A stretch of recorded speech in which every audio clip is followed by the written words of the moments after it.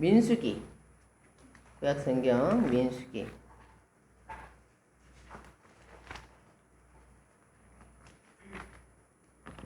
민수기 6장.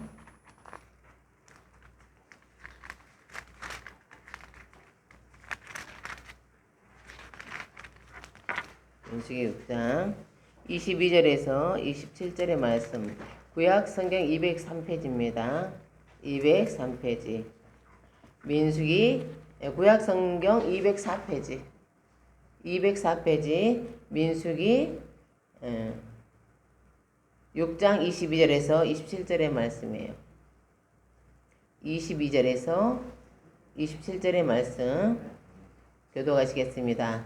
여호와께서 모세에게 말씀하여 이르시되 아론과 그 아들들에게 말하여 이르기를 너희는 이스라엘 자손을 위하여 이렇게 축복하여 이르되 여호와는 내게 복을 주시고 너를 지키시기를 원하며 여호와는 그 얼굴을 내게 비추사 은혜 베푸시기를 원하며 여호와는 그 얼굴을 내게로 향하여 드사 평강 주시기를 원하노라 할지니라 하라. 그들은 이같이 내 이름으로 이스라엘 자손에게 축복할지니 내가 그들에게 복을 주리라. 아멘. 기도하겠습니다. 하나님 감사합니다. 이 시간에 저희들 하나님의 말씀을 잘 듣는, 하나님의 말씀으로 살아가는, 하나님의 인도하심을 진실하게 받는 그런 복을 누리기 원하오니 이 시간 함께해 주옵소서. 예수님의 이름으로 기도드립니다. 아멘. 전능하신 하나님께서 세상을 창조하실 때 수많은 생명체를 만드셨어요. 하나님은 그 중에서 한 생명체에게만 매우 특별한 은혜를 베푸셨습니다. 여러분은 그 생명체가 무엇이라고 생각하세요? 창세기 1장 27절에서 28절입니다. 하나님이 자기 형상 곧 하나님의 형상대로 사람을 창조하시되 남자와 여자를 창조하시고 하나님이 그들에게 복을 주시며. 아멘. 그 생명체는 사람이죠. 하나님께서 사람이라는 생명체에게 어때요? 사람이라는 이 생명체는 하나님의 형상, 하나님의 모습, 하나님을 닮은 존재로 만드셨어요. 하나님은 왜 사람에게 그런 은혜를 베푸셨을까요? 여러분은 그 이유가 뭐라고 생각하세요? 왜 하나님은 우리에게만, 나라는 사람에게만 그런 복을 주셨을까? 거기에는 특별한 목적이 있습니다. 하나님 사람과 교제하기를 원해요. 우리가 이렇게 코드를 통한다는 말 많이 하죠? 저 사람하고 나하고는 코드가 안 맞아. 그 말은 뭐예요? 저 사람은 나하고 안 통해. 이 말이죠? 하나님은 우리와 소통하는 존재, 교제하는 존재로 우리를 만드셨어요. 그리고 또 하나는 뭐냐면 바로 하나님이 하실 일을 대리한다고 그러죠. 맡기는 일. 바로 그 일을 하죠. 그 일을 맡기시기 위해서 사람을 하나님을 닮은 존재, 특별한 목적과 특별한 능력을 가진 존재로 만드셨습니다. 그게 뭐냐? 다른 생명체들을 다스리는 거예요. 다른 생명체들을 돌보는 일. 그리고 하나님이 우리에게 주신 복을 우리가 그 복을 통해서 다른 생명체들에게 복을 나눠주는 바로 그 일을 맡기기 위해서 사람을 하나님의 형상으로 창조하셨습니다. 그러기 위해서는 어때요? 우리가 어떤 사람에게 임명장을 주는 것처럼 사람에게 특별한 권위를 주셨어요. 권위. 그래서 어때요? 동물들도 사람에 대해서 아유 좀 무섭게 생각하고 권위 있게 생각하는 거예요. 그것은 뭐냐? 그 권위는 또한 책임을 집니다. 우리가 기업을 운영하면 내가 사장으로서 책임을 져야 되고 어느 직위에 자기가 높으면 어때요? 책임을 져야 되는 거예요. 그거는 그 사람에 부여된 만큼의 책임도 있습니다. 그래서 하나님과 사람은 굉장히 긴밀하죠. 하나님이 사람에게 그걸 부여했고 또 사람은 그 능력을 가졌으니까요. 그런데 하나님과 사람 사이에 있어야 이 긴밀한 관계, 이 세상을 다스리는데 사람을 통치 대리권을 준 우리들에게 하나님과 관계에 그 긴밀한 관계가 깨져버렸어요. 왜냐하면 사람이 하나님의 신뢰를 저버렸기 때문이죠. 하나님의 계명을 어겼기 때문이에요. 따라서 사람에게 부여된 권위에 하자가 생겼어요. 문제가 생긴 거죠. 이제 이 권위가 정말 온전한 것인가 라고 하면 돼요. 아니 그 목사가 이렇다는데 그 사람이 진짜 그 목사의 권위를 부여해야 돼? 라고 우리도 생각하지 않습니까? 마찬가지예요. 저 사람이 문제가 있어. 저 사람이 복음을 제대로 전하지 않아. 이 틀린 걸 전해. 그러면 이 사람에게 문제가 있어. 라고 하는 것과 마찬가지입니다. 그래서 하나님이 주신 복을 사람은 지킬 수 없게 되었어요.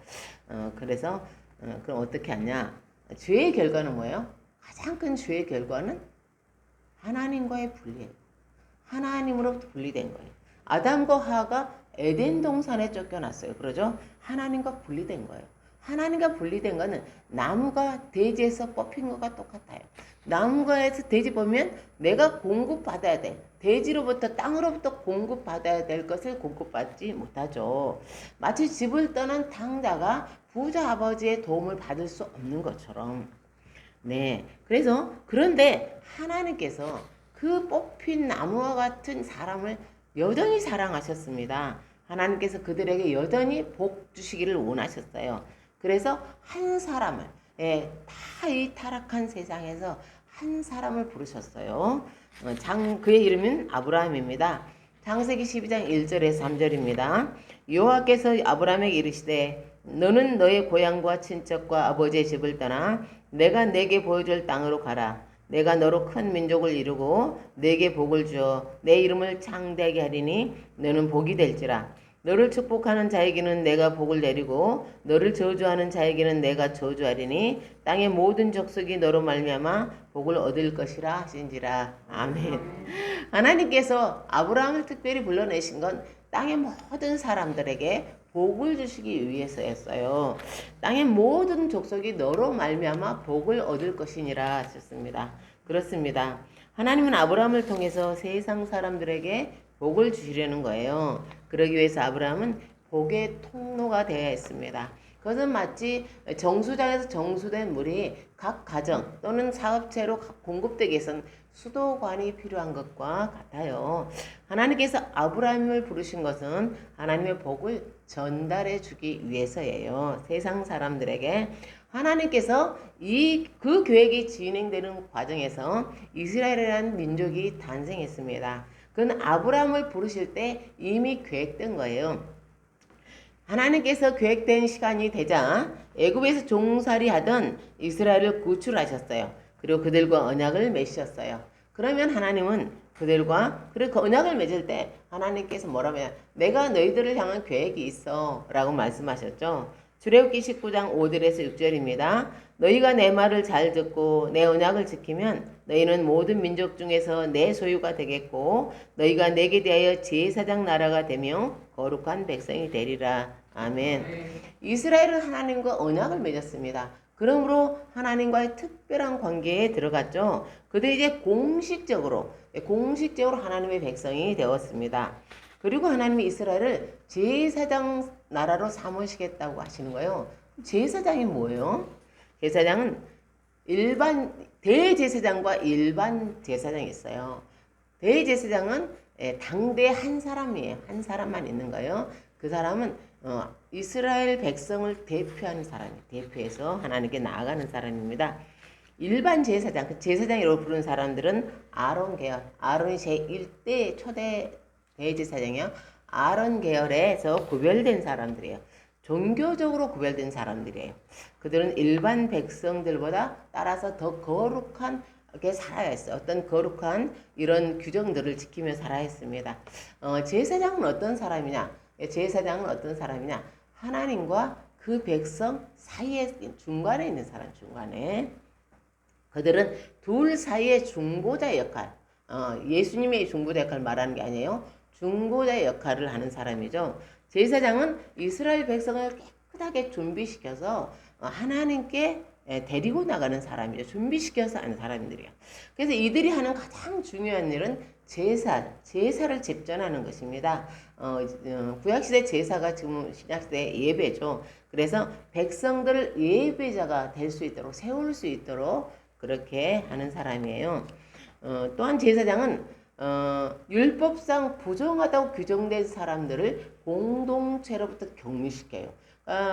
나병 같은 나병에 걸렸다. 그러면 이 사람을 이 공동체에서 빼서 보건소장 같은 거예요.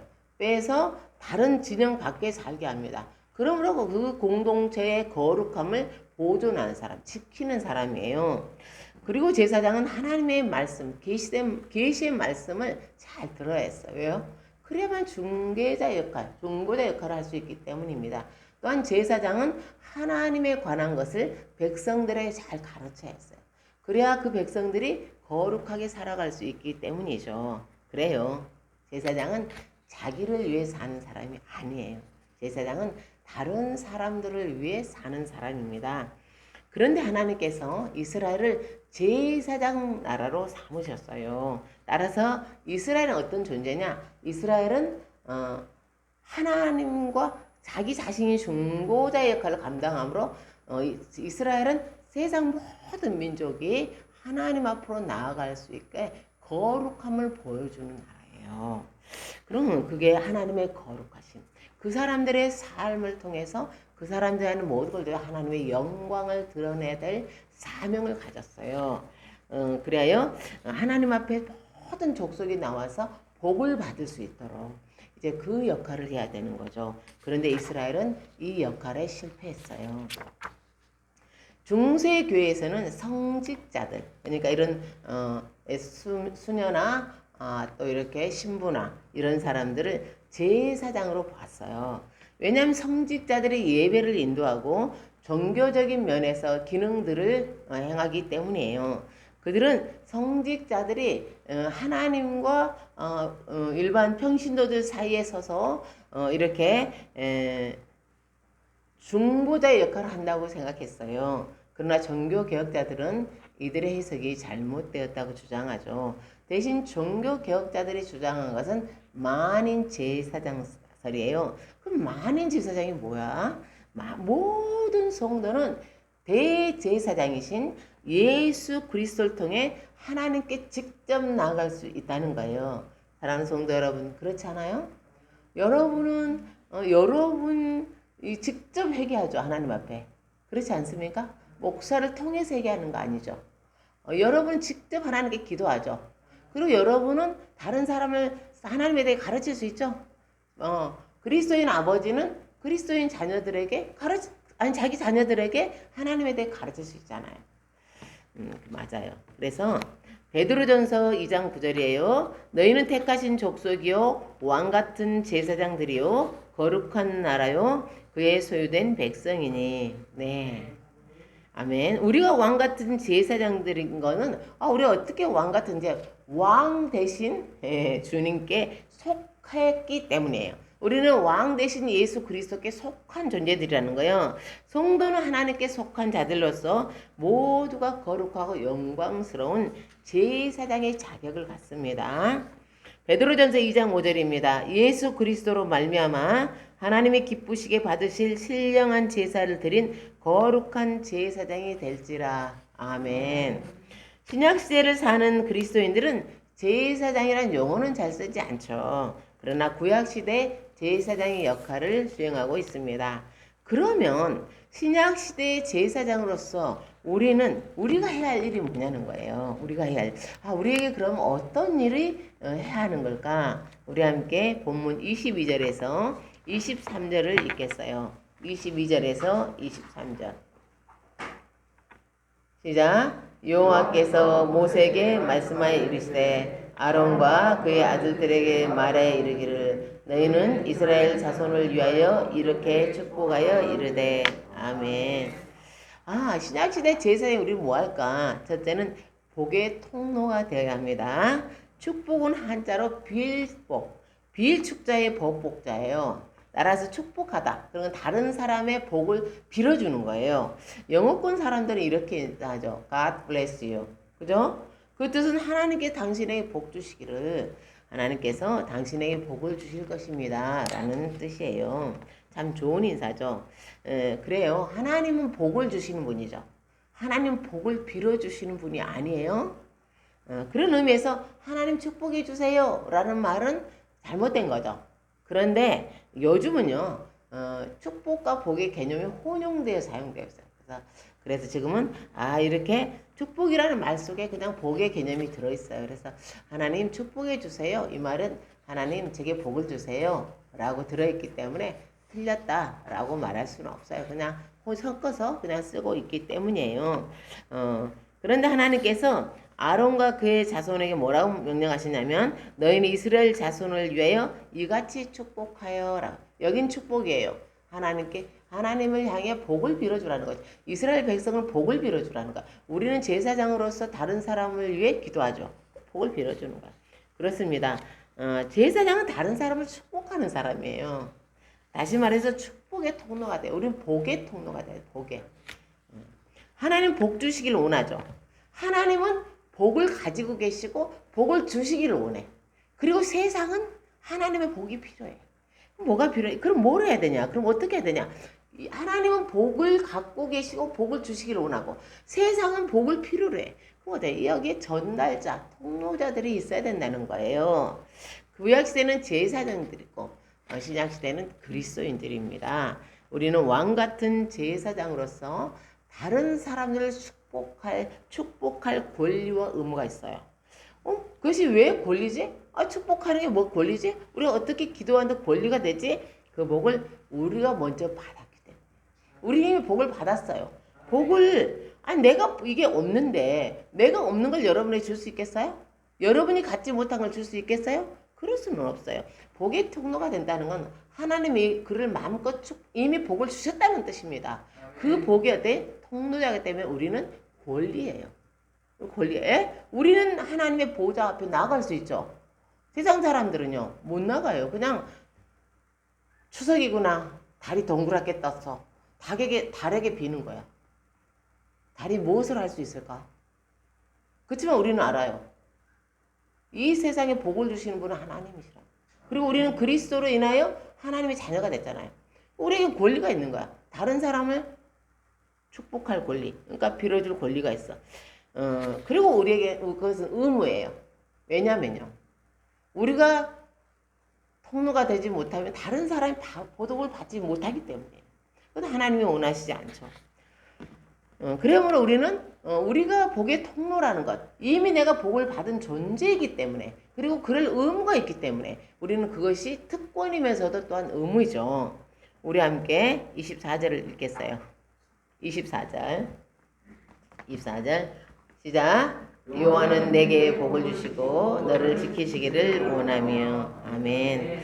정말 얼마나 하나님이 좋으신 하나님이세요. 우리에게 복을 주시기를 원하며 또 지키시기를 원합니다. 모든 사람이 바라는 게 있는데 그건 복을 받는 거예요. 그럼 복이 뭘까? 여러분 복이 뭐죠?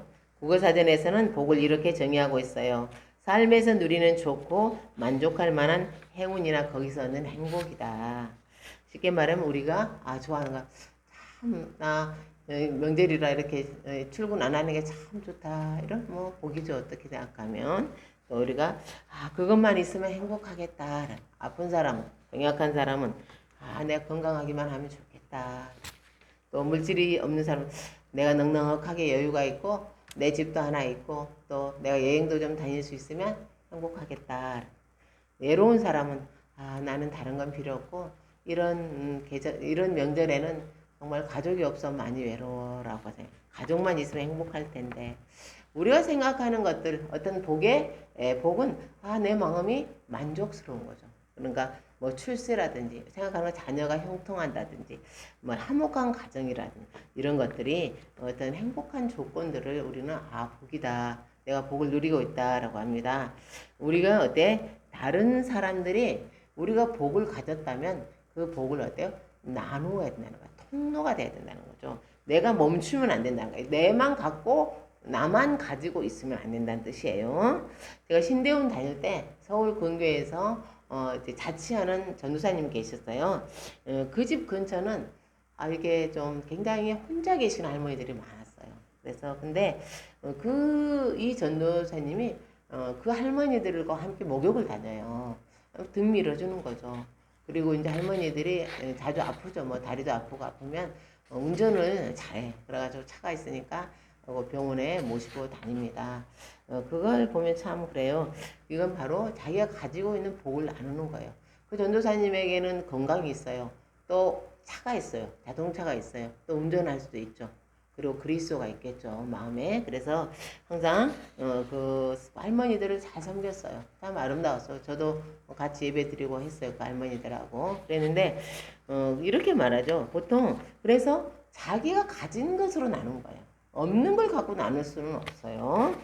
복을 그렇게 이렇게 가진 걸 나누는 사람들이 어때요? 이렇게 몸으로 막 이렇게 봉사하는 사람도 있고 또 가진 것으로 나누는 사람들이 있죠. 그런 사람들이 보통 오래 합니다. 뭐래요? 아, 사실은 제가 더 많은 걸 받습니다. 어떻게 이렇게 하세요? 그러면 오히려 제가 더 많이 받아요. 그러죠. 오직 감사할 뿐이죠. 라고 말해요. 그래요. 사랑하는 성도 여러분. 복을 받지 못했는데 어떻게 복을 나눌 수 있겠어요? 불가능해요. 그리스도에는 이미 예수 그리스도라는 최고의 복을 받았어요. 그래서 우리는 복의 통로가 될 수 있어. 우리가 정말 우리가 다 나는 가진 게 없어 나눌 수 없어. 아니에요. 그렇지 않아요. 여러분이 살아가는 그게 자체가 지금 복이에요. 우리가 친절한 말 한마디. 또 잔잔한 미소. 오늘은 텔레비전 보고 싶은데 하나님께 예배 드려야지. 아니야. 우리 목사님 때문에 나가야지. 이런 사람도 있었겠죠. 격려의 악수. 그리고 그런 모든 것들은 어때요? 우리가 나눌 수 있는. 근데 우리가 그것들을 나누기 시작하면 어때요? 하나님께서 얘는 그릇이 좀 커졌구나. 더 많은 복을 주시는 거예요. 왜? 나누기 때문에. 근데 여기에서 우리가 나누지 않으면 어때요? 썩어버려요. 마태복음 6장 19절에 20절입니다. 너희를 위하여 보물을 땅에 쌓아두지 말라. 거기는 좀과 동록이 해마하며 도둑이 구멍을 뚫고 도둑질하느니라. 오직 너희를 위하여 보물을 하늘에 쌓아두라. 거기는 좀이나 동록이 해하지 못하며 도둑이 구멍을 뚫지도 못하고 도둑질도 못하느니라. 아멘. 바베트의 만찬이라는 책에 나오는 말이에요. 우리가 이 세상에서 가지고 가는 것은 오직 우리가 이 세상에서 베푼 것 뿐일지니. 아멘. 저와 여러분이 이렇게 이 세상에 살면서 여러분 다 제가 아끼는 그런 사람들이에요. 사랑스러운 사람들이에요. 그런데 영원한 우리가 본향에 갔을 때 가진 게 많은 사람들이었으면 좋겠어요. 이 땅에서 가진 게 아니라 뭐요? 세상에 나눈 것들을 가지고 간다는 거예요. 저와 여러분이 그런 부자가 되기를 소망합니다. 둘째는 뭘 나눌 수 있냐? 구원의 통로가 돼요. 구원의 통로. 우리 함께 25절을 읽겠습니다. 25절. 시작. 여호와는 그의 얼굴을 내게 비추사 은혜 베푸시기를 원하며. 아멘. 은혜는 받을 자격이 없는 사람에게 주시는 하나님의 선물이죠. 은혜의 가장 확실한 증언은 이곳에 앉아있는 여러분과 저예요. 죄인 우리가 공의로운 재판장의 자녀라는 사실은요. 뭘로 설명할 수 있겠어요? 거룩하신 하나님과 불의한 죄인이 함께 어울리는 가정을 여러분 생각할 수 있어요? 은혜 외에는 답이 없어요. 에베소 2장 8절입니다. 너희는 그 은혜에 의하여 믿음으로 말미암아 구원을 받았으니 이것은 너희에게서 난 것이 아니요 하나님의 선물이라. 아멘.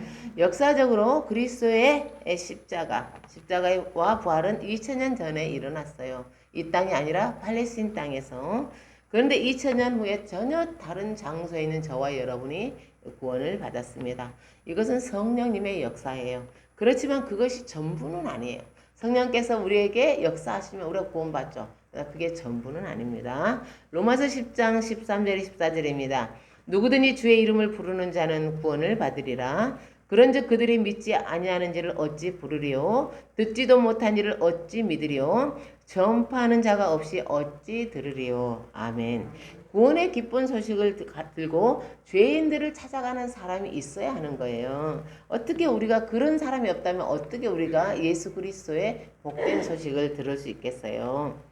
고린도전서 1장 21절입니다. 하나님께서 전도에 미련한 것으로 믿는 자들을 구원하시기를 기뻐하셨도다. 아멘. 이것이 하나님이 하시는 일이에요. 하나님 복이 있으시고 누구에게 복을 주고 싶으시면 주세요. 그렇지만 그건 즐겨 사용하시는 방법이 아니에요.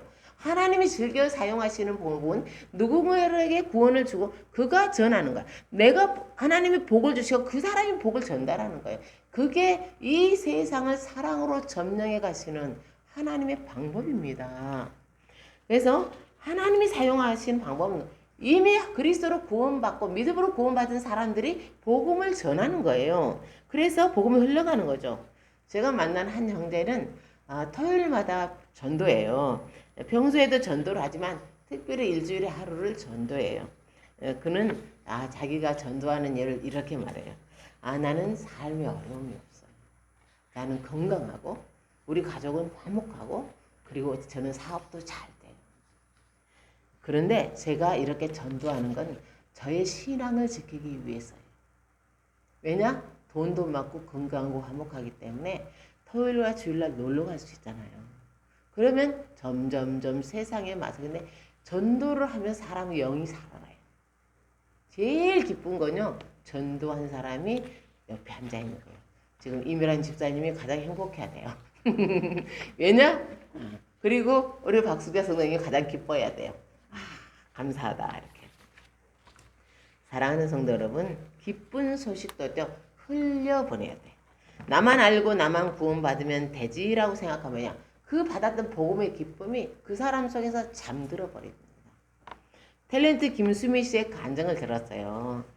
그는 군산 출신인데 아직 교육열이 대단한 아버지가 땅을 팔아서 중학교 때부터 서울로 유학을 보냈어요.